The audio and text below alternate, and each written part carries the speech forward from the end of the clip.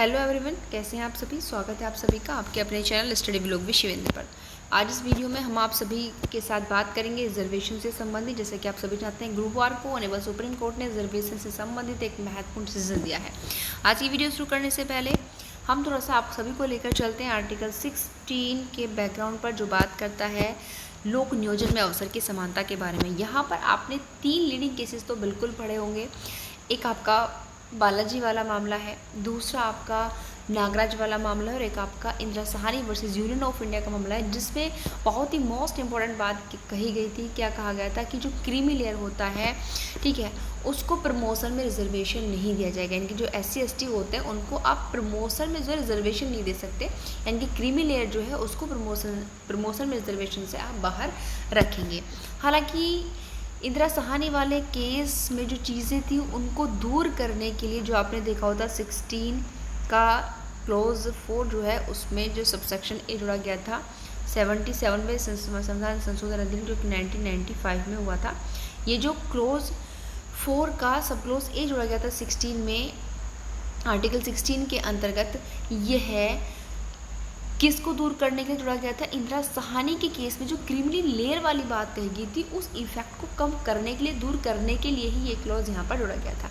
तो यही हम आपको बताना चाहते हैं। ये शुरुआत करते हैं आज की वीडियो की कि आज किस मुद्दे पर हम बात करने वाले हैं।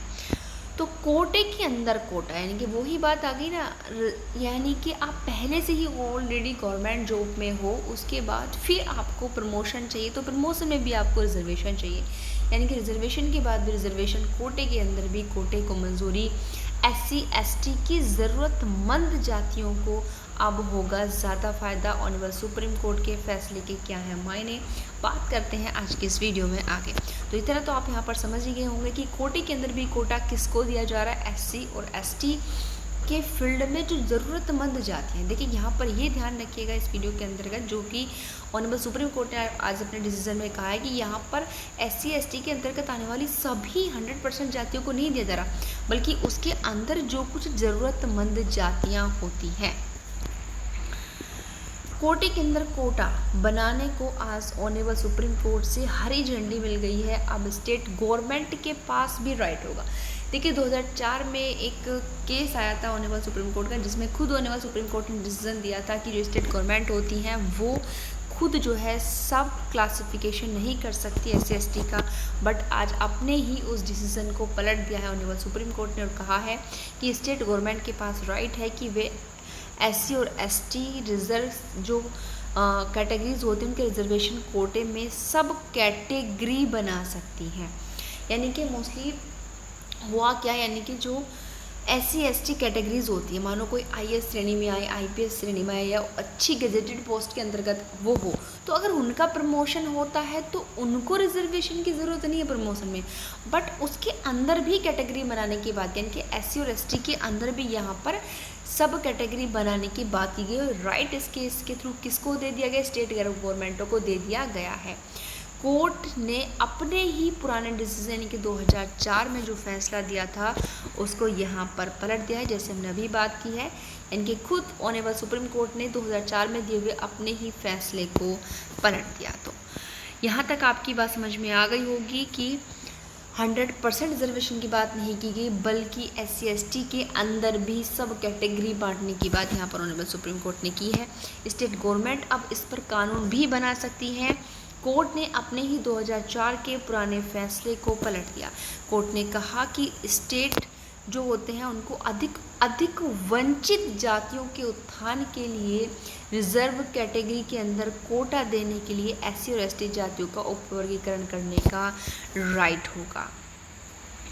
क्या कोटे के अंदर कोटा देना सही है? तो मुख्य न्यायाधीश DY चंद्रचूड़ की अध्यक्षता वाली 7 न्यायाधीशों की संविधान पीठ, यानी कि ये जो डिसीजन जिस केस में दिया है इसमें कितने जजेस बैठे हैं, तो 7 जजेस की ये बहस थी, जिसमें आपके चीफ जस्टिस DY चंद्रचूड़ जी भी शामिल थे। और यहाँ पर जो डिसीजन दिया गया है यानी कि 6-1 के बहुमत से दिया गया है। यानी कि 6 जो जजेस थे उनकी राय 1 थी और 1 जजेस जो है उनकी राय इन सबसे विसम्मत थी, डिसेंट थी। तो इस बहुमत में माना है कि राज्यों द्वारा SC और ST के आगे भी उपवर्गीकरण की अनुमति दी जा सकती है, ताकि इन समूहों के अंदर भी अधिक पिछड़ी जातियों को कोटा देना सुनिश्चित किया जा सके। मतलब कहने का सिंपल सा फंडा ये है कि ऐसा नहीं है कि जो SC ST कैटेगरी के लोग होते हैं उनमें सभी व्यक्ति जो हैं बहुत ही मतलब नीचे होते हैं, मतलब विकास के क्षेत्र में आर्थिक या फिर शैक्षिक या सामाजिक किसी भी तरीके से पिछड़ा होता है। देखिए ऐसा नहीं हो सकता, बट कुछ लोग होते हैं जो कहते हैं, जैसे इन्होंने यहाँ पर लिखा है कि इन समूहों के अंदर अधिक पिछड़ी जातियाँ भी इंक्लूड होती हैं। तो आप अगर पूरे SC ST समुदाय को कोटे के अंदर कोटा दोगे तो वो तो एक रीज़नेबल बात नहीं हुई है। रीज़नेबल क्या है, आप उस SC ST के अंदर भी सब कैटेगरी बांटो, वहाँ पर जाके ढूंढो कि आखिर कौन ऐसा बनता है जिसको वाकई में कोटे के अंदर भी कोटे की आवश्यकता है। वही बात हमने जो शुरुआत में आपको बताई कि सब कैटेगरी की 100% फीसदी आरक्षण नहीं है। पीठ ने 6 अलग अलग फैसले सुनाए बहुमत के फैसले में, क्योंकि इसमें 6 और 6 एक रेशियो का यहाँ पर बैठा था। तो बहुमत का फैसला क्या था कि सब कैटेगरी का आधार राज्यों द्वारा मात्रात्मक और प्रदर्शन योग्य डाटा द्वारा उचित ठहराया जाना चाहिए। यहाँ की स्टेट गवर्नमेंट की रेस्पॉन्सिबिलिटी बनती है क्या कि वो अपना जो है प्रदर्शन योग्य डाटा इंक्लूड करे, ऐसा डाटा ढूंढे जो क्रीमी लेयर है उसको वहाँ से बाहर निकाल और वाकई में जो ज़रूरतमंद लोग हैं जिनको आवश्यकता है कोटे के अंदर कोटे के, ऐसे लोगों को वहाँ पर शामिल करें जिसमें उनकी खुद की मर्जी नहीं चल सकती। यानी कि सिंपल यहाँ पर ऑनरेबल सुप्रीम कोर्ट का कहना है कि राज्य जो है एक उचित डेटा कलेक्ट करेंगे, वो अपनी मर्जी नहीं चला सकते हैं। कोई भी सरकार एक ही सब कैटेगरी को 100% आरक्षण नहीं दे सकती है। एक ही सब कैटेगरी को आपको उसके अंदर ढूंढने होंगे लोग कि किन लोगों को इस चीज़ की आवश्यकता है। पीठ में न्यायमूर्ति BR गवई, विक्रमनाथ, न्यायाधीश बेलाएम त्रिवेदी, न्यायाधीश पंकज मित्तल, न्यायाधीश मनोज मिश्रा और न्यायाधीश सतीश चंद्र मिश्रा भी शामिल थे। पीठ जो है 23 याचिकाओं पर सुनवाई कर रही थी, यानी कि इस चीज़ को लेकर ऑनरेबल सुप्रीम कोर्ट के अंतर्गत 23 याचिकाएं इंक्लूड थी जिन पर सुनवाई कर रही थी, जिसमें पंजाब गवर्नमेंट द्वारा भी दायर एक याचिका थी, जिसमें पंजाब और हरियाणा हाई कोर्ट के 2010 के फैसले को भी चुनौती दी गई थी। अब बात करते हैं कि क्या ये जो डिसीज़न यहाँ पर दिया हुआ है इससे SC और ST के जो लोग होते हैं उनमें भी भेदभाव के शिकार होंगे क्या। यहाँ पर एक ऑनरेबल सुप्रीम कोर्ट ने 2004 में केस दिया था जो कि EV चुनैया का था, जिसमें 5 जजेस की बेंच बैठी थी। तो उस फैसले को खारिज करते हुए शीर्ष अदालत ने कहा कि SC और ST के लोग अक्सर उनके द्वारा सामना किए जाने वाले प्रणालीगत भेदभाव के कारण आगे बढ़ने में असमर्थ होते हैं, क्योंकि जैसा आप देख रहे हैं कि बेशक हमारा देश कितना ही डेवलप क्यों ना हो रहा है, लेकिन कहीं ना कहीं कुछ क्षेत्र आज भी ऐसे हैं जहां जाति, भाषा, धर्म, इन सब के आधार पर, क्षेत्र, इन सब के आधार पर बहुत अधिक भेदभाव किया जाता है। क्रीमी लेयर की आखिर पहचान कैसे की जाएगी। तो न्यायमूर्ति गवई ने एक अलग फैसले में कहा कि स्टेट को SC और ST में क्रीमी लेयर की पहचान करनी चाहिए, क्योंकि स्टेट की रिस्पॉन्सिबिलिटी बनती है कि क्रीमी लेयर की पहचान करे और उनको उस रिजर्वेशन से बाहर रखा जाए।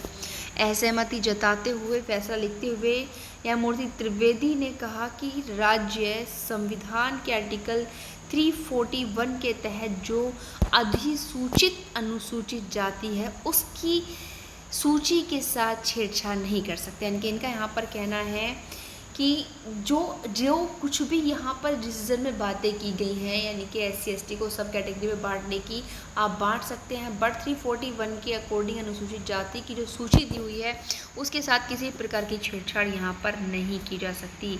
आखिर अब देखते हैं कि कोटे के अंदर कोटा क्या है।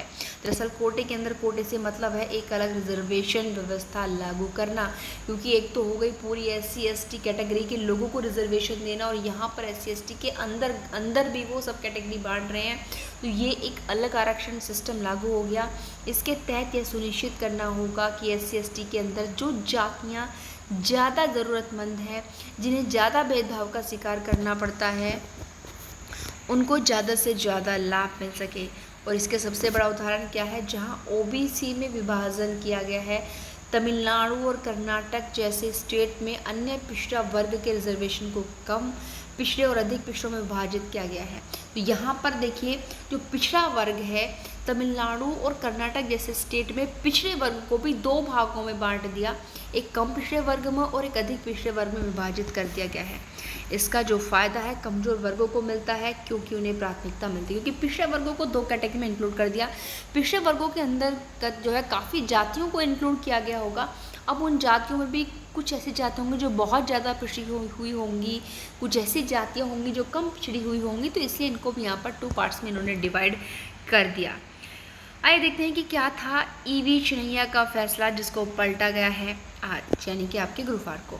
यह फैसला ईवी चिनैया वर्सेस आंध्र प्रदेश राज्य के फैसले में, जो कि 2004 में 5 जजेस की संविधान पीठ के फैसले पर फिर से विचार करने के संदर्भ में सामने आया। उस फैसले में यह माना गया था कि SC और ST समरूप हैं और इसलिए इन राज्य इन समूहों में अधिक वंचित और कमज़ोर जातियों के लिए कोटे के अंदर कोटा देने के लिए उन्हें और उपवर्गीकृत नहीं कर सकता है। तो यहाँ पर देखिए 2004 के अपने डिसीजन में, यानी कि ईवी चिनैया वर्सेस आंध्र प्रदेश का जो केस 2004 में ऑनरेबल सुप्रीम कोर्ट की 5 जजेस की बेंच ने दिया था, उसी को गुरुवार को ऑनरेबल सुप्रीम कोर्ट ने चेंज कर दिया। 2004 में क्या कहा था कि स्टेट जो है वो अधिक वंचित और कमज़ोर जातियों के लिए, यानी कि SC ST के अंतर्गत भी आप मतलब क्या नहीं कर सकते, उपवर्गीकरण नहीं कर सकते। उस फैसले को गुरुवार को बदल दिया और क्या कहा कि स्टेट को राइट दे दिया कि वो SC ST के अंतर्गत भी कोटे के अंदर कोटा देने के लिए ज़्यादा ज़रूरतमंद जातियों के लिए, वो जातियाँ जिनके साथ ज़्यादा भेदभाव किया जाता है, उनको सब कैटेगरी में बांट सकती हैं। तो आई होप आप सभी को हमारी आज की वीडियो पसंद आई होगी, तो इसे फटाफट अपने फ्रेंड्स में शेयर कीजिएगा और यदि आपने हमारे चैनल को सब्सक्राइब नहीं किया है तो चैनल को सब्सक्राइब करिएगा ताकि आपको इस प्रकार की इन्फॉर्मेटिव वीडियो मिलती रहे।